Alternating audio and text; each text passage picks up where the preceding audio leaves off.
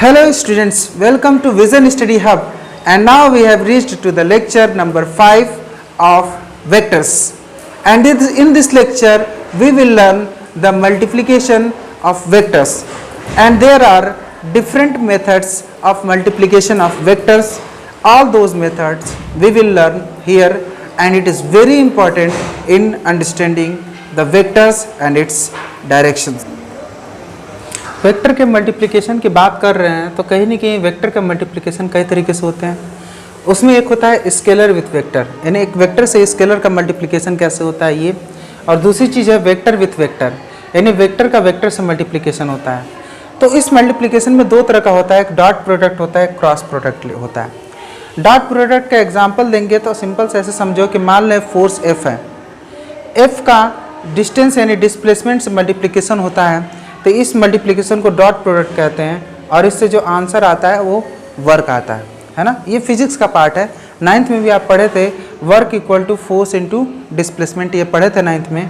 लेकिन वही चीज़ यहाँ पे हो रही है कि ये जो वर्क है, ये वर्क जो है स्केलर क्वांटिटी है।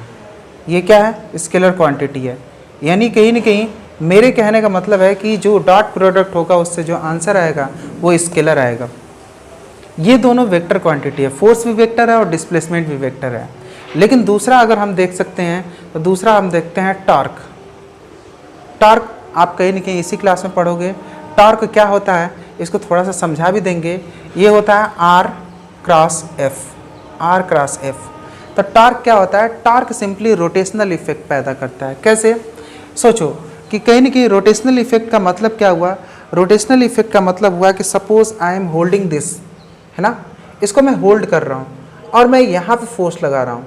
ये मेरा फिक्स है, चूँकि पाइवॉट है, क्योंकि जब मैं फोर्स लगाऊंगा तो ये मूव कर सकेगा, तो इसको फिक्स करेंगे। फिक्स करेंगे तो आप इसे मूव नहीं कर सकते। अगर मैं कहूँ कि यहाँ पे फिक्स है,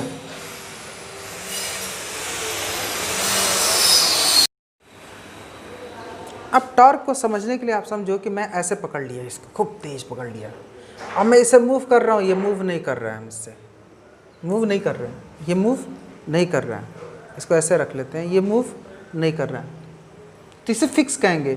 और एक होता है पाइवॉट, यानी मैं ऐसे पकड़ लूँ ताकि इसे मूव किया जा सके। तो मैं ऐसे पकड़ लूँ ताकि इसे मूव किया जा सके, उसे हम कहते हैं पाइवॉट, मतलब it is free to rotate. ठीक है। अब कहीं ना कहीं यहाँ टॉर्क क्या होता है? तो टॉर्क सोचो कि अगर कहीं ना कहीं मैं यहाँ से फोर्स लगा रहा हूँ, I am exerting a force, force लग रहा है कि नहीं? और कहीं ना कहीं जब फोर्स लगा रहा हूँ तो ये रोटेट कर रहा है, तो रोटेट कर रहा है, इसका मतलब इसमें टॉर्क आ गया। भाई ये चीज़ है, और कहीं ना कहीं मेरे फोर्स लगाने से रोटेट करने लगा, इसका मतलब इसमें टॉर्क आ गया। क्योंकि टॉर्क कब आता है? जब रोटेशन होता है। तो इस ऑब्जेक्ट को मैंने यहाँ पे पाइवॉट करा और यहाँ पे फोर्स लगाया तो इसमें रोटेशन होने लगा। लेकिन इसमें टॉर्क किन दो बातों पे डिपेंड करता है? तो आप सोचो कि अगर यहाँ से मैं फोर्स लगाऊंगा तो ज़्यादा मेहनत करना पड़ेगा, यहाँ से रोटेट करने की कोशिश करूँगा तो और ज़्यादा मेहनत करना पड़ेगा। यानी यहाँ से और जहाँ पे मैं फोर्स लगा रहा हूँ, इन दोनों के बीच की दूरी बहुत इंपॉर्टेंट है। तो इन दोनों के बीच की दूरी को हम आर से शो किए हैं। किससे शो किए हैं? आर से। और दूसरी चीज़, जो फोर्स हम लगा रहे हैं, इस फोर्स का जो मैग्नीट्यूड है, फोर्स का मैग्नीट्यूड देखो बहुत ज़्यादा भी हो सकता है और थोड़ा भी हो सकता है। तो ये जो फोर्स मैं लगा रहा हूँ, इस फोर्स का मैग्नीट्यूड एफ से शो किया गया है। तो कहीं ना कहीं ये फोर्स है और ये आपका डिस्प्लेसमेंट है, और ये डिस्टेंस क्या है? डिस्टेंस फ्रॉम पाइवोटेड पॉइंट, यानी जिस पॉइंट पे पाइवोट किया गया है उसका डिस्टेंस है from pivoted point two the point of application of force. Force जहाँ अप्लाई किया जा रहा है, फोर्स जहाँ अप्लाई किया जा रहा है ना, उस पॉइंट तक के डिस्टेंस को हम आर से डिनोट करते हैं। और इन दोनों का मल्टीप्लिकेशन के जो आंसर देता है वो टॉर्क देता है, and torque is a vector quantity. This is vector quantity. Point क्या है? पॉइंट ये है कि जो क्रॉस प्रोडक्ट देता है उसका रिजल्ट एक वेक्टर क्वांटिटी होता है, और जो डॉट प्रोडक्ट होता है उसका रिजल्ट एक स्केलर क्वांटिटी होता है। अब पॉइंट ये है कि स्केलर विथ वेक्टर का मतलब क्या हुआ? तो ये बड़ी आसान सी बात है। अगर कहीं आप सोचो कि मैं एक फोर्स लगा रहा था, फोर्स कोई लगा रहा था। तो फोर्स क्या लग रहा था, 5 न्यूटन का फोर्स था और नॉर्थ डायरेक्शन में था। 5 न्यूटन का फोर्स नॉर्थ डायरेक्शन में था, ठीक है। मेरे जैसे 10 लोग आके उसी डायरेक्शन में फोर्स लगाने लगे तो क्या होगा, 10 से मल्टीप्लाई हो जाएगा। अब सिंपल सी बात समझो कि इस फोर्स में अगर मान लें मैं 10 से मल्टीप्लाई कर रहा हूँ, इस फोर्स में 10 से मल्टीप्लाई कर रहा हूँ, तो सिंपल सा ये जो मल्टीप्लिकेशन है ये सिंपल सा मैग्नीट्यूड में मल्टीप्लाई हो जाएगा। तो ये हो जाएगा 10 इंटू 5 न्यूटन इन नॉर्थ। अब एक चीज़ देखो, इसके मल्टीप्लिकेशन से डायरेक्शन को कोई मतलब नहीं है, इसके मल्टीप्लिकेशन से केवल मैग्नीट्यूड को मतलब है ना। तो 10 इंटू 5 हो जाएगा 50 न्यूटन, और किस डायरेक्शन में, इन नॉर्थ डायरेक्शन। यानी ए पॉइंट में समझो कि जब भी कहीं की कोई मैग्नीट्यूड है ना, कोई स्केलर क्वांटिटी किसी वेक्टर से मल्टीप्लाई कर रहा है तो सिंपल सा मल्टीप्लिकेशन होगा, उसके डायरेक्शन में कोई बदलाव नहीं होगा। क्यों नहीं होगा, क्योंकि सोचो 5 न्यूटन का फोर्स एक बंदा लगा रहा था, 10 से मल्टीप्लाई हो गया तो अब फोर्स कितना हो गया, 50 न्यूटन का हो गया। यानी फोर्स 10 गुना हो गया, बस ये 10 टाइम्स हो गया फोर्स। लेकिन फोर्स का डायरेक्शन किधर है, नॉर्थ में ही है ना। फोर्स का डायरेक्शन क्या है, नॉर्थ में ही है, माइंड इट। तो इससे डायरेक्शन पे असर नहीं पड़ता। यानी स्केलर क्वांटिटी अगर स्केलर से मल्टीप्लिकेशन करते हैं, स्केलर से मल्टीप्लिकेशन करते हैं तो स्केलर से मल्टीप्लिकेशन होने से क्या होता है ना, only it multiplies with the magnitude of the vector. यानी वेक्टर के मैग्नीट्यूड को कई गुना कर देता है। जैसे अगर मैं लिखूं कि there is a force, there is a velocity is also a vector, velocity of 50 kilometre per metre per hour in west direction में है। तो मैं कहूँगा इस वेलोसिटी वेक्टर का 10 से मल्टीप्लाई कर दो, वेलोसिटी वेक्टर का 10 से मल्टीप्लाई कर दो। तो 10 से मल्टीप्लाई करने का मतलब बस 50 इंटू 10 हो गया in west direction, 50 into 10 into in west direction, this is 500 in, अब ये क्या है, वेलोसिटी है तो इसका यूनिट क्या होगा, किलोमीटर पर आवर इन वेस्ट डायरेक्शन। आपको ये बात समझ में आ गई होगी कि जब भी वेक्टर का मल्टीप्लिकेशन, वेक्टर में किसी स्केलर का मल्टीप्लिकेशन करते हैं तो केवल उसके मैग्नीट्यूड को उतना गुना वो कर देता है। It makes the magnitude of that vector quantity that times. 10 से मल्टीप्लाई करोगे तो ये 5 क्या हो जाएगा, 50 हो जाएगा। बस डायरेक्शन पे कोई असर नहीं डालता है, ये मैग्नीट्यूड को उतने गुना कर देता है ना। तो ये मल्टीप्लिकेशन वैसे भी ईजी होता है। अच्छा ईजी होता है तो कुछ मल्टीप्लिकेशन और कर लेते हैं, let us see it.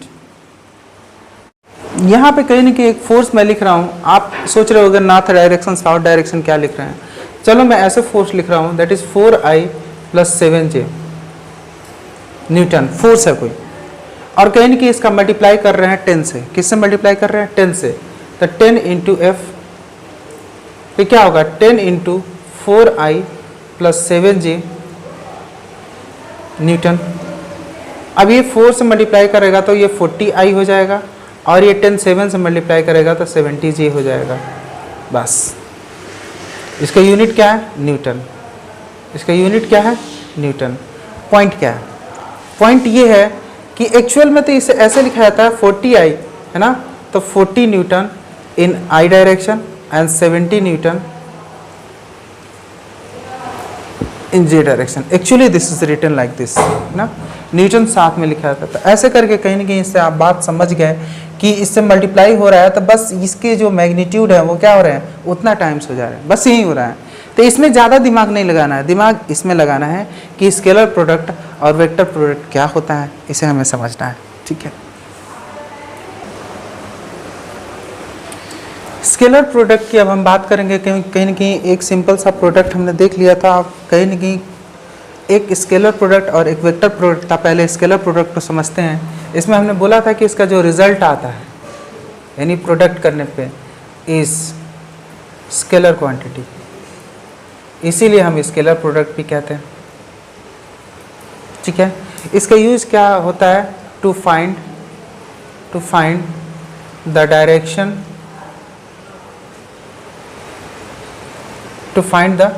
Simply ऐसे लिखते हैं। दो क्वांटिटी है, उनका कहीं ना कहीं डॉट प्रोडक्ट करना है। तो मान ले एक क्वांटिटी ए है और एक क्वांटिटी बी है, दो वेक्टर है, इनके बीच में हमने डॉट लिख दिया, इसीलिए कहीं ना कहीं डॉट प्रोडक्ट को करने के लिए बीच में डॉट लिखा जाता है, इसीलिए इसे डॉट प्रोडक्ट भी बोलते हैं। और इसका सॉल्यूशन हम करते हैं, तो इसका सॉल्यूशन करते हैं तो इसका रूल होता है ए का मॉड बी का मॉड कॉस थीटा। मतलब कि कहीं ना कहीं अगर ये ए वेक्टर है और ये बी वेक्टर है ना, और इनके बीच में थीटा है, तो इनका multiplication A B cos theta ऐसा हो जाएगा, ऐसे हो जाएगा। ठीक है। इसका और क्या होता है? तो कहीं ना कहीं थीटा पे डिपेंड करता है चीज़ें। क्या करता है? देखो, अगर थीटा की वैल्यू 0 डिग्री हो जाए, अगर थीटा की वैल्यू 0 डिग्री हो जाए तो क्या होगा? ए डॉट बी की वैल्यू क्या रह जाएगी? तो ए डॉट बी की वैल्यू हो जाएगी ए का मैग्नीट्यूड बी का मैग्नीट्यूड और कॉस 0, यानी ए का मैग्नीट्यूड इंटू बी का मैग्नीट्यूड इंटू 1, यानी ए का मैग्नीट्यूड इंटू बी का मैग्नीट्यूड। बस, यानी कहीं ना कहीं अगर ए डॉट बी निकालना है और कहीं ना कहीं दोनों के बीच में एंगल 0 है, दोनों के बीच में एंगल 0 है, तो आप सिंपली उसे मल्टीप्लाई कर दो, सोचना नहीं है, एंगल 0 है तो। अच्छा, ऐसा करना है क्या? तो फिर अगर थीटा इक्वल टू 0 हो गया, अगर थीटा इक्वल टू 180 डिग्री होगा तो क्या होगा?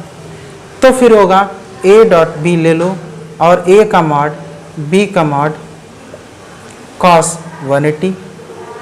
ठीक है, तो ए का मॉड बी का मॉड और कॉस 180 की वैल्यू क्या होती है? तो कॉस 180 की वैल्यू क्या होती है? -1। कॉस 180 की वैल्यू क्या होती है? -1। तो कहीं ना कहीं हम यहाँ पे -1 रख देंगे, तो क्या हो जाएगा? माइनस ऑफ ए, माइनस लग गया। अब कहीं ना कहीं ए डॉट बी हम निकाल लिए, और जब थीटा 180 डिग्री है, अगर कहीं कि इन दोनों के बीच का एंगल 90 डिग्री है, when theta is equal to 90 degree, तो ए डॉट बी क्या होगा? ए डॉट बी क्या होगा? तो ये होगा सिंपली ए का मैग्नीट्यूड बी का मैग्नीट्यूड और कॉस 90। अब ए का मैग्नीट्यूड बी का मैग्नीट्यूड कॉस 90, तो हम इसे लिखेंगे ए का मैग्नीट्यूड बी का मैग्नीट्यूड और कॉस 90 की वैल्यू क्या होती है? That is equal to 0। Cos 90 की वैल्यू क्या होती है? 0 होती है। तो कॉस 90 की वैल्यू 0 हो जाएगी, तो यहाँ भी 0 होगा और आंसर आ जाएगा 0। यानी यार हमें कहीं ना कहीं ये दो चीज़ें दिखी कि अगर दोनों के बीच में अगर 0 डिग्री का रिलेशन है ना, दोनों के बीच में 0 डिग्री है, तो सिंपली इन दोनों के मैग्नीट्यूड को मल्टीप्लाई कर दो, और दोनों के बीच में अगर 90 डिग्री है तो सिंपली क्या करो? इसका आंसर 0 लिख दो। ये चीज़ हमने सीखा। 180 डिग्री पे भी वैल्यू हमने रख के देख लिया, इसमें आगे माइनस आ जाता है, इतना हमने सीख लिया। अब ये कहीं ना कहीं इतनी बातें सीखने के बाद इसका यूज़ करते हैं कि इसका यूज़ क्या है वेक्टर, इसका यूज़ क्या है स्केलर प्रोडक्ट में, क्या यूज है? तो हमें स्केलर प्रोडक्ट करना होता है, तो उसमें क्या क्या आता है? तो एक वेक्टर को जब भी हम शो करते हैं, एक वेक्टर को जब भी शो करते हैं, मान लें कि हम वेक्टर ए को शो करना चाहते हैं, तो ये क्या होगा? मान लें 4i + 7j, ऐसा कुछ होगा। अगर मान लें बी वेक्टर को शो करते हैं, तो मान लें होगा 3i - 6j, ऐसा कुछ तो होगा कम से कम। 4i + 7j 3i + 6j, fine, minus लिख लेते हैं।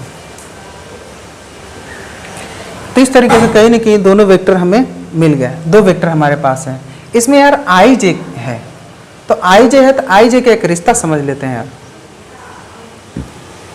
आप ऐसे बनाए थे, ठीक है, तो एक्स एक्सिस में जो है उसको आई से डिनोट करते थे, वाई एक्सिस में जो है उसे जे से डिनोट करते थे, और इवन जेड एक्सिस का भी डिस्कशन हुआ था, जेड एक्सिस में हम के से डिनोट करते थे, इतना करते थे कि नहीं। तो कहीं ना कहीं ये तीनों वेक्टर क्या हैं, तो I, J and K are orthogonal vectors.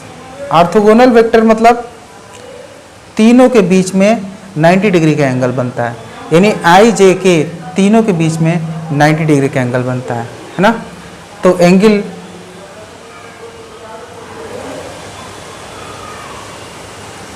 these are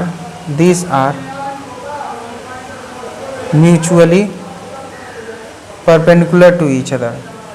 ये क्या है, ये एक दूसरे से परपेंडिकुलर है, ये बात समझ में आ गया, ये एक दूसरे से परपेंडिकुलर है, यानी कहीं ना कहीं इस कंसेप्ट का यहाँ यूज हो सकता है इनके मल्टीप्लिकेशन में।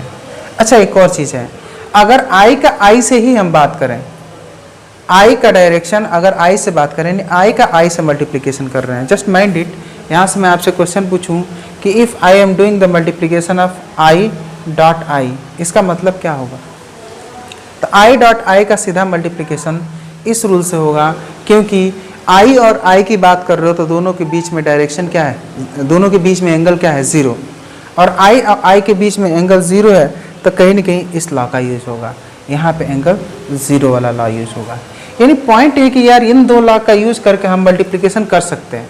तो पहले तो आपने समझा कि आई जे के बीच में कहीं ना कहीं एक दूसरे के परपेंडिकुलर हैं, तो आई से जे का मल्टीप्लिकेशन या जे से के का मल्टीप्लिकेशन करना है तो थीटा इक्वल टू 90 वाला कंसेप्ट यूज करोगे, और दूसरा आई का आई से ही मल्टीप्लिकेशन करना है, तो आई क्या है, एक्स डायरेक्शन में है, तो एक्स डायरेक्शन में अगर दोनों है और उसका मल्टीप्लिकेशन करना है तो उनके बीच का एंगल क्या है, ज़ीरो, तो ज़ीरो वाले कंसेप्ट का यूज करेंगे।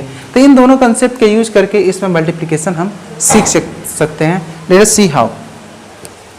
ओके, देखो कैसे, अगर मैं आपसे पूछूं कि आई डॉट आई हो गया, आई डॉट आई हो गया, तो इनके बीच में एंगल कितना है, 0 डिग्री का एंगल, ये पहले से हमको मालूम है, और आई का मैग्नीट्यूड और इस आई का मैग्नीट्यूड, तो यार ये सारे यूनिट वेक्टर होते हैं, और यूनिट वेक्टर का मैग्नीट्यूड क्या होता है, 1, तो 1 इंटू 1, और cos 0 क्या हो गया, 1, आंसर आ गया 1, यानी आई डॉट आई का आंसर क्या हो जाएगा, 1, आई डॉट आई का आंसर क्या हो जाएगा, 1, यानी सेम होंगे तो 1 हो जाएगा।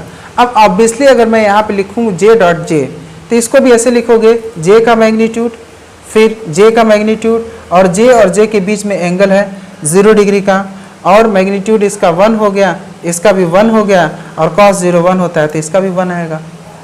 तो कहीं ना कहीं अगर मैं आपसे पूछूं कि k डॉट के क्या होगा,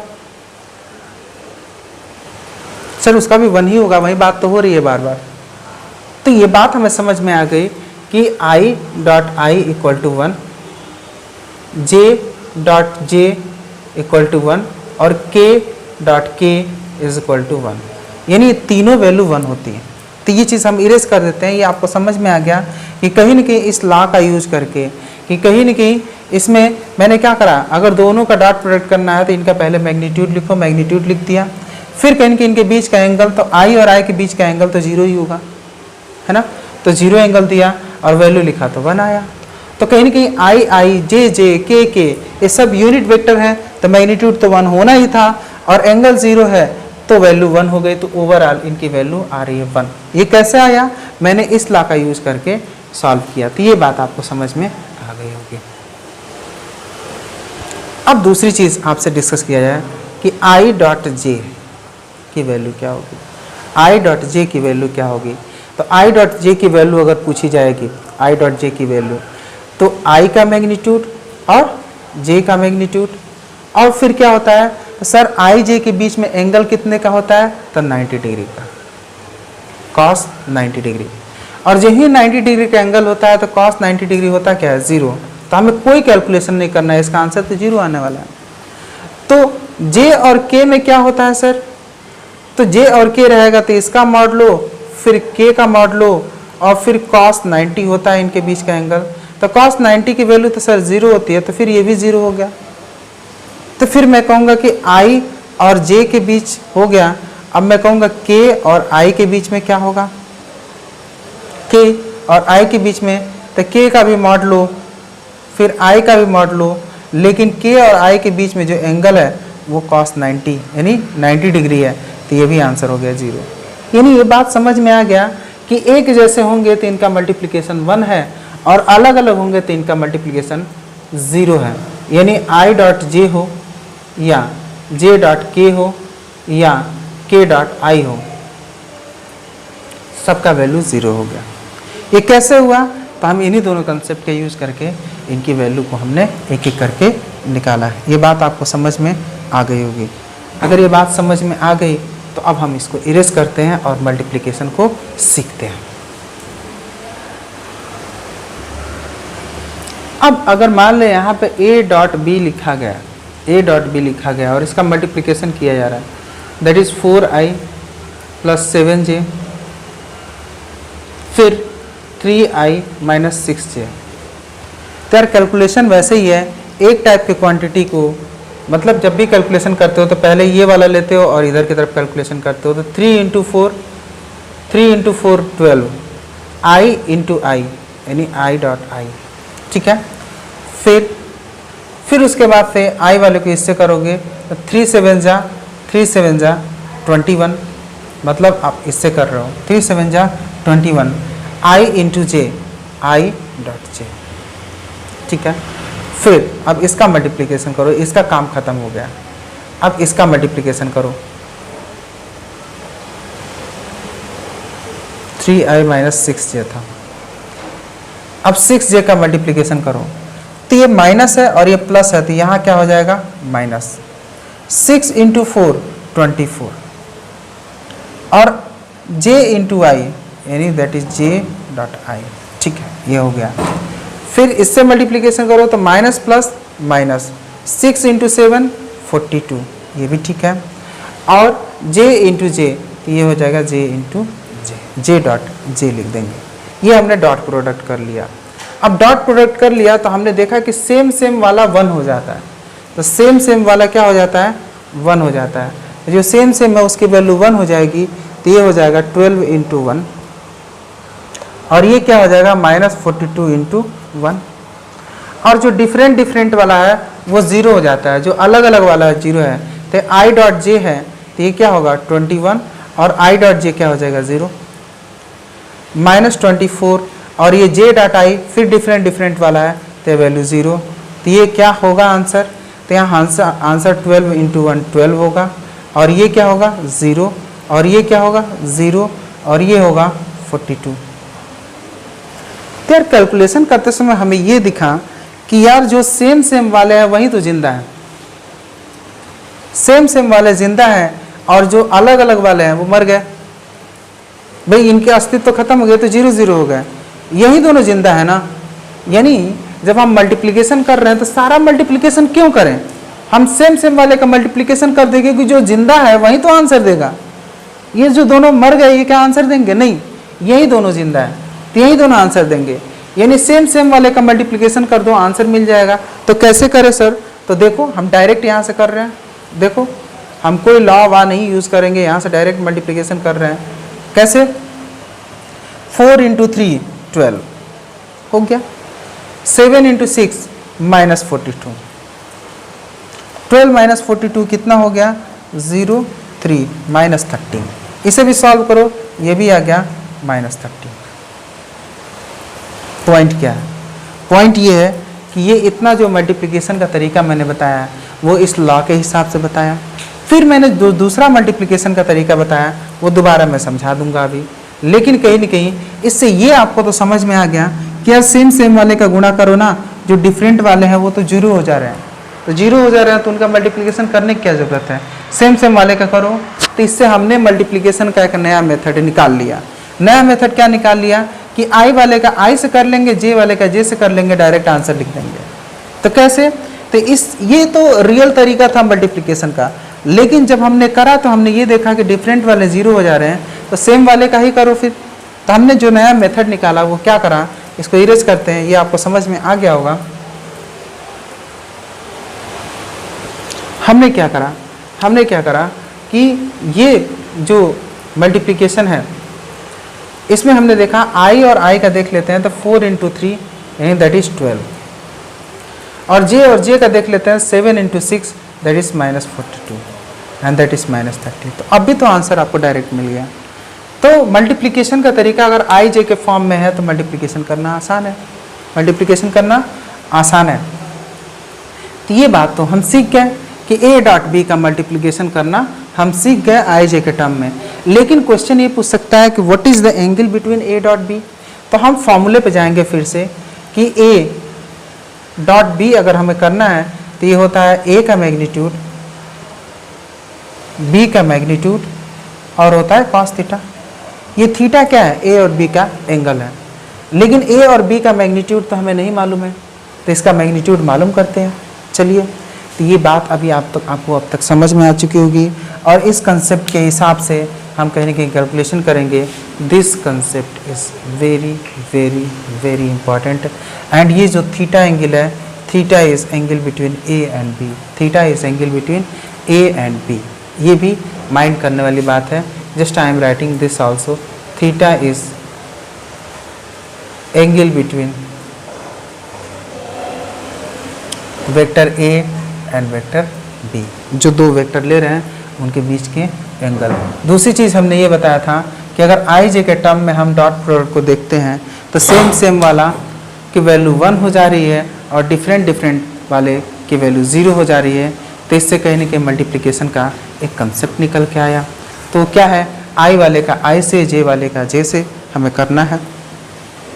तो कहीं ना कहीं इसको एक टर्म दे देते हैं, इसको टर्म दे देते हैं और फिर समझते हैं कि अगर हमारे पास दो वेक्टर्स हैं, वेक्टर ए, ठीक है, वेक्टर ए है, इसको हम लिखते हैं A I plus B J plus C के,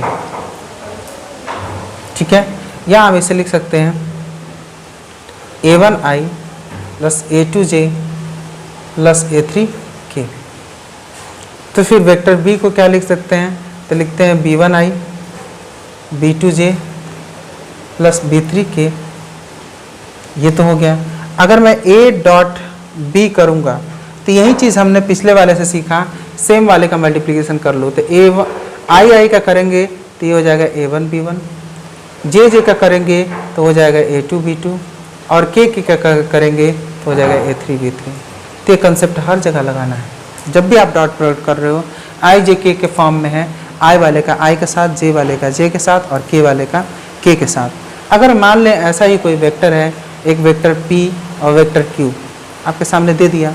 वेक्टर p क्या है 4i, वेक्टर q क्या है 3i minus 6j plus 8k, ऐसा दे दिया दो वेक्टर, और कहा कि इसका दोनों का डॉट प्रोडक्ट निकालो, p डॉट q निकालो, p डॉट q निकालो। तो इसका मैंने तरीका बताया था कि i का i के साथ मल्टीप्लाई करो। तो 4 इंटू 3, 3 4 ज़ा 12, j का j के साथ मल्टीप्लाई करो।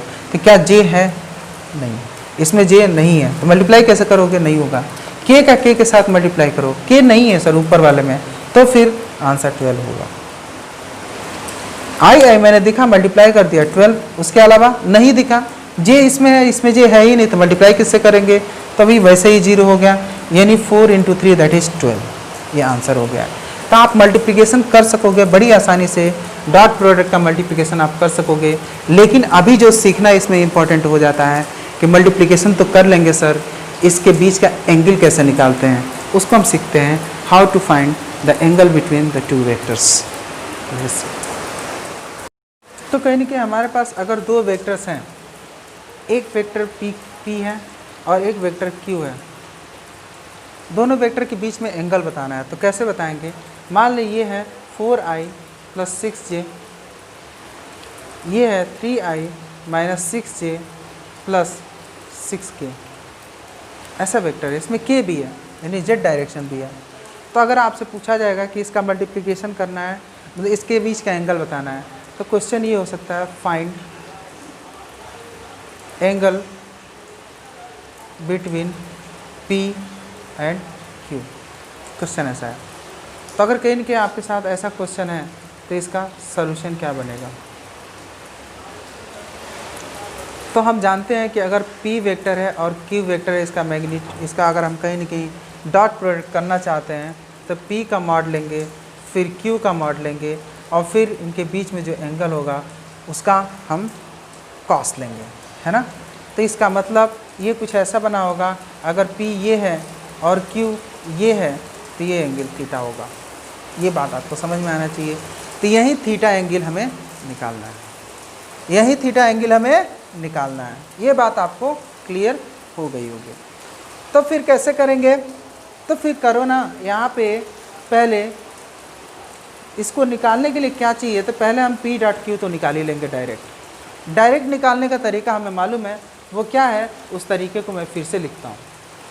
मैंने बोला था कि अगर कहीं न कहीं कोई वेक्टर A है और वो है A1i A2j प्लस A3k ऐसा लिखा है, और दूसरा वेक्टर B है that is B1i plus B2j plus B3k लिखा है, और इसका मल्टीप्लिकेशन करना है, तो इसका मल्टीप्लिकेशन सिंपली i वाले का i के साथ यानी A1 B1 फिर A2 B2 फिर A3 B3, यानी i का i के साथ, j का j के साथ और k का k के साथ।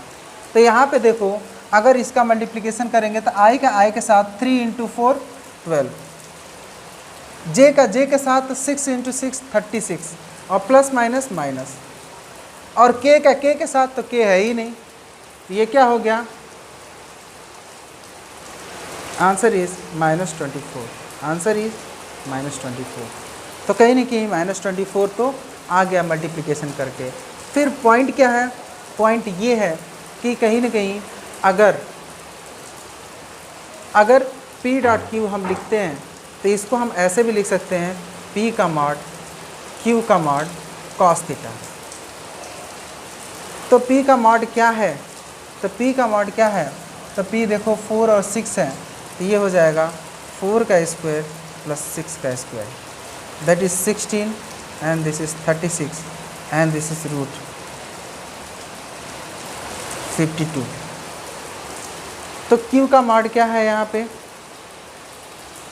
Q का मॉड क्या है, तो Q का मॉड है 3 का स्क्वायर करेंगे, फिर -6 का स्क्वायर करेंगे, फिर 6 का स्क्वायर करेंगे, 3 का स्क्वायर 9, फिर 36, फिर 36 72 9 to 11, यानी दिस इज 81 एंड 81 कहीं ना कहीं कितना हो जाएगा 9। ये भी वैल्यू आ गई, P और Q का मैग्नीट्यूड आ गया, P और Q का मैग्नीट्यूड आ गया, तो कहीं ना कहीं थीटा निकाल सकते हैं क्या। तो फिर से कहीं ना कहीं वही फॉर्मूला उठाते हैं और उसी में रखते हैं, थीटा निकल के आएगा ही। तो अब फॉर्मूले में रखते हैं, फॉर्मूला आपके सामने ये दिया हुआ है। अब देखो P डॉट Q का कैलकुलेशन करने का जो तरीका था, उससे हमने कहीं ना कहीं इसकी वैल्यू निकाल दी -24, इसकी वैल्यू क्या निकाल दिया हमने -24, और P का मैग्नीट्यूड जो है वो कितना है √52, और जो Q का मैग्नीट्यूड है वो कितना है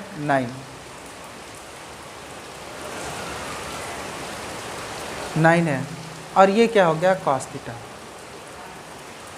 ठीक है, अब कहीं ना कहीं इसको डिवाइड करेंगे तो क्या होगा -24 अपॉन √52 इंटू 9, 3 3 × 9, 3 8 × 24, ऐसे लिख सकते हैं, is equal to cos theta. यानी कॉस थीटा की वैल्यू क्या हो जाएगी -8 अपॉन 3 √52। 52 से भी अगर हम इसे सॉल्व करेंगे तो ये आ जाएगा 13, और इसमें से 2 बाहर निकल के आएगा 6। ये गणित है भाई, ये गणित आप कर सकते हो। तो ये -8 अपॉन 6 √13, 2 3 × 6, 2 4 × 8, है ना। तो ये -4 upon 3 √13 that is equal to cos theta. क्या ये चीज़ आपको समझ में आ रही है। अगर कॉस थीटा की वैल्यू ये है तो थीटा की वैल्यू क्या होगी कॉस इनवर्स -4 अपॉन 3 √13। तो इनके बीच का एंगल निकल के आ गया। अब इस तरीके से एक बार और एंगल निकालेंगे तो हमारा कंसेप्ट भी क्लियर हो जाएगा। लेकिन किस तरह से कंसेप्ट का यूज़ करके हमने एंगल निकाला, तो हम कहीं ना कहीं फॉर्मूले का यूज़ किए, पी और क्यू दोनों दिया था, तो पी डॉट क्यू पहले हमने निकाल दिया डायरेक्ट आई और जे के तरीके से। फिर इसका फॉर्मूला होता है पी का मैग्नीट्यूड इंटू क्यू का magnitude into cos theta. Theta क्या होता है? Angle between them. तो पी का मैग्नीट्यूड हमने यहाँ पे निकाल लिया, क्यू का मैग्नीट्यूड हमने यहाँ पे निकाल लिया, और फिर इस दोनों मैग्नीट्यूड की वैल्यू को उठा के यहाँ पे रख दिया। और कॉस थीटा में अब कॉस थीटा की वैल्यू निकालना थे। जब हमने इसे सॉल्व किया तो कॉस थीटा की वैल्यू -4/3√13 आया। तो थीटा की वैल्यू क्या होगी? Cos inverse -4/3√13। तो इस तरीके से हम थीटा की वैल्यू निकाल लिए, जो कि पी और क्यू के बीच का एंगल है। ये थीटा पी और क्यू के बीच का एंगल है। अब कहीं ना कहीं आपके पास ये दो वेक्टर हैं, एक वेक्टर दूसरे वेक्टर के ऑर्थोगोनल है। ऑर्थोगोनल मतलब they are perpendicular to each other, ये दोनों एक दूसरे के परपेंडिकुलर हैं। तो अगर मान लें दो वेक्टर है, ए वेक्टर और बी वेक्टर दोनों एक दूसरे के परपेंडिकुलर हैं, तो ऐसे केस में ये पूछा है find the value of P. तो ये पी कहाँ है? तो पी इसमें है, पी जे लिखा हुआ है इसमें बी में, तो पी की वैल्यू बतानी है। तो ये चीज़ सोचो, इसको हम कैसे करेंगे? तरीका आसान है, इसमें कहीं ना कहीं डॉट प्रोडक्ट का ही यूज़ हम करने वाले हैं। तो फिर कैसे डॉट प्रोडक्ट का यूज़ करेंगे? तो आप सोचो कि ये जो वेक्टर ए है and vector B are orthogonal to each other, ये कहीं ना कहीं क्या है? ऑर्थोगोनल है। और हमने डिस्कस किया था कि अगर दो वेक्टर के बीच का एंगल 90 डिग्री है, तो अगर कहीं ना कहीं ए और बी के बीच का एंगल 90 डिग्री है, तो इनका जो स्केलर प्रोडक्ट होगा वो होगा 0। इसको हमने ऐसे डिस्कस किया था, ए का मॉड ए, बी का मॉड बी, और कॉस थीटा की जगह 90 डिग्री हो गया, and then it is equal to 0। यानी ए डॉट बी की वैल्यू तो हो गई 0। अब दूसरी चीज़, ए डॉट बी की वैल्यू 0 हो गई, लेकिन ए डॉट बी तो हम निकालना जानते हैं। तो ए डॉट बी हम निकालते हैं डायरेक्ट। कैसे? हमने ये बताया था आई वाले का आई से मल्टीप्लाई करो, तो 3 × 2 6। फिर जे वाले का जे से, तो p × 3 3p, तो 3p हो गया, प्लस साइन ही लगेगा, प्लस प्लस दोनों है, 6 × 5 that is 30। A dot B निकल गया फटाक फटाक। क्यों? क्योंकि आई आई जे जे के का मल्टीप्लिकेशन कर दिए। अच्छा, अब ए का मॉड तो हमारे पास है ही नहीं यार, ए का मॉड है ही नहीं, तो फिर निकालना पड़ेगा आपको ए का मॉड। ए का मॉड क्या होगा? ए का मॉड क्या होगा और बी का मॉड क्या होगा? क्या आपको निकालने की ज़रूरत है? क्या आपको निकालने की ज़रूरत है? नहीं, क्योंकि ये तो वैल्यू 0 हो चुकी है, ये तो वैल्यू 0 हो चुकी है, तो इसको हम लिख दिए 0। ठीक है। अब यहाँ पे क्या लिख सकते हैं? 6 + 30 36, एंड दिस इज़ 3p = 0। तो 3p = -36, p = -12। तो p की वैल्यू क्या हो गई? -12। तो इस तरीके से हमने p की वैल्यू निकाल दी। तो किस तरीके से हम कहीं ना कहीं आंसर तक पहुँचे, आपको बेटर तरीके से समझ में आ रहा होगा कि स्केलर प्रोडक्ट का यूज़ करके हम इस सवाल को कैसे सॉल्व कर रहे हैं। ऐसा क्वेश्चन है, अगर ऐसा क्वेश्चन आता है find the angle between A and B, इन दोनों के बीच का एंगल बताओ, है ना। तो angle between A and B दिया है, तो इसका सोल्यूशन कैसे होगा?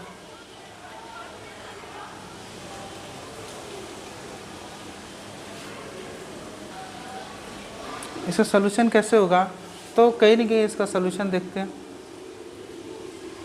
तो ए और बी है, तो हमें क्या करना है? एंगल बताना है। तो हमने बताया था कि जब भी एंगल बताना है तो डॉट प्रोडक्ट करिए, डॉट प्रोडक्ट कर लेना है। डॉट प्रोडक्ट करने के बाद से ये भी लिख लो, मैग्नीट्यूड भी, ठीक है, और फिर निकालो कॉस थीटा, यहाँ से एंगल भी निकल जाएगा। ये बात तो ठीक थी। अब कहीं ना कहीं हमें एक एक क्रम से करना पड़ेगा। पहले हमें निकालना पड़ेगा A dot B. A dot B हमने निकालना शुरू किया, तो ए में 3i है, बी में कुछ है क्या आई का? नहीं। तो फिर तो कहीं ना कहीं आई नहीं है, तो ख़त्म। बी में जे है लेकिन ए में जे है नहीं, बी में के है लेकिन ए में के है नहीं, तो भाई सेम सेम तो है ही नहीं, तो इसका आंसर क्या हो गया? 0। और अगर कहीं न कहीं दो वेक्टर का डॉट प्रोडक्ट ज़ीरो होता है तो कुछ करने की ज़रूरत ही नहीं है। यही बात तो डिस्कस हुआ था कि डॉट प्रोडक्ट अगर ज़ीरो होता है it means A and B vectors are perpendicular to each other. इसका मतलब ये दोनों एक दूसरे के परपेंडिकुलर है। अब परपेंडिकुलर है इसका मतलब angle between them, angle between A and B कितना है 90 डिग्री। चूँकि ये बात लिखने की ज़रूरत नहीं थी फिर भी ऐसा ही है कि नहीं? क्या ये बात आपको समझ में आई कि ए और बी के बीच का जो एंगल है वो 90 डिग्री होगा? तो डायरेक्ट इससे आंसर हमें मिल गया, क्योंकि जब दो का डॉट प्रोडक्ट जीरो आता है तो डायरेक्ट समझ जाओ कि ये कहीं न कहीं इनके बीच का एंगल 90 डिग्री है। अब यहाँ पे देखो कहीं न कहीं ये दिया है scalar product of A and b1 plus b2j is equal to product of their magnitude. तो इसका मतलब ए वेक्टर है, ठीक है ना, that is a1i plus a2j।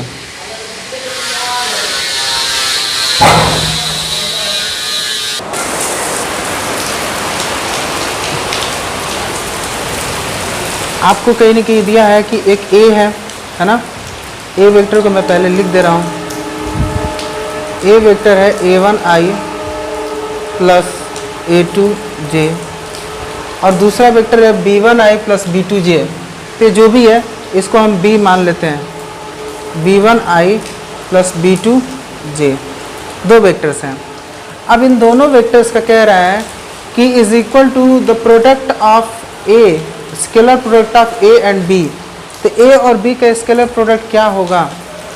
तो ए डॉट बी, ए और बी का स्केलर प्रोडक्ट क्या होगा? A dot B. A dot B कैसे निकालेंगे? a1 b1, तो क्या हो जाएगा a1 b1। और फिर जे वाले का मल्टीप्लाई करेंगे तो क्या हो जाएगा a2 b2। ये तो निकल गया। अच्छा, फिर क्या कह रहा है? मैग्नीट्यूड, मैग्नीट्यूड और प्रोडक्ट ऑफ देयर मैग्नीट्यूड। और फिर ये कह रहा है कि scalar product of A and B is equal to product of their magnitude, उसके मैग्नीट्यूड के प्रोडक्ट के बराबर है। तो इसका मैग्नीट्यूड क्या होगा? तो ए का मैग्नीट्यूड क्या होगा? तो ए का मैग्नीट्यूड अगर हम देखेंगे तो ये होगा a1 square plus b1 square. तो फिर b का मैग्नीट्यूड क्या होगा? तो ये होगा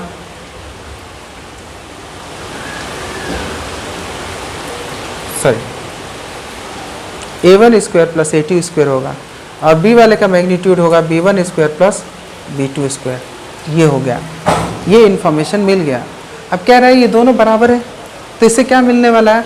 तो आप ऐसे समझो कि अगर a डॉट बी को हम क्या लिख सकते हैं? a का मैग्नीट्यूड इंटू बी का मैग्नीट्यूड इंटू कॉस थीटा, ऐसा लिख सकते हैं।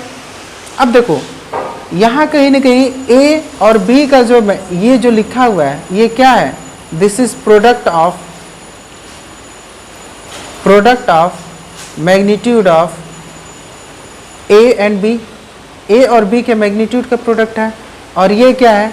This is scalar product of a and b।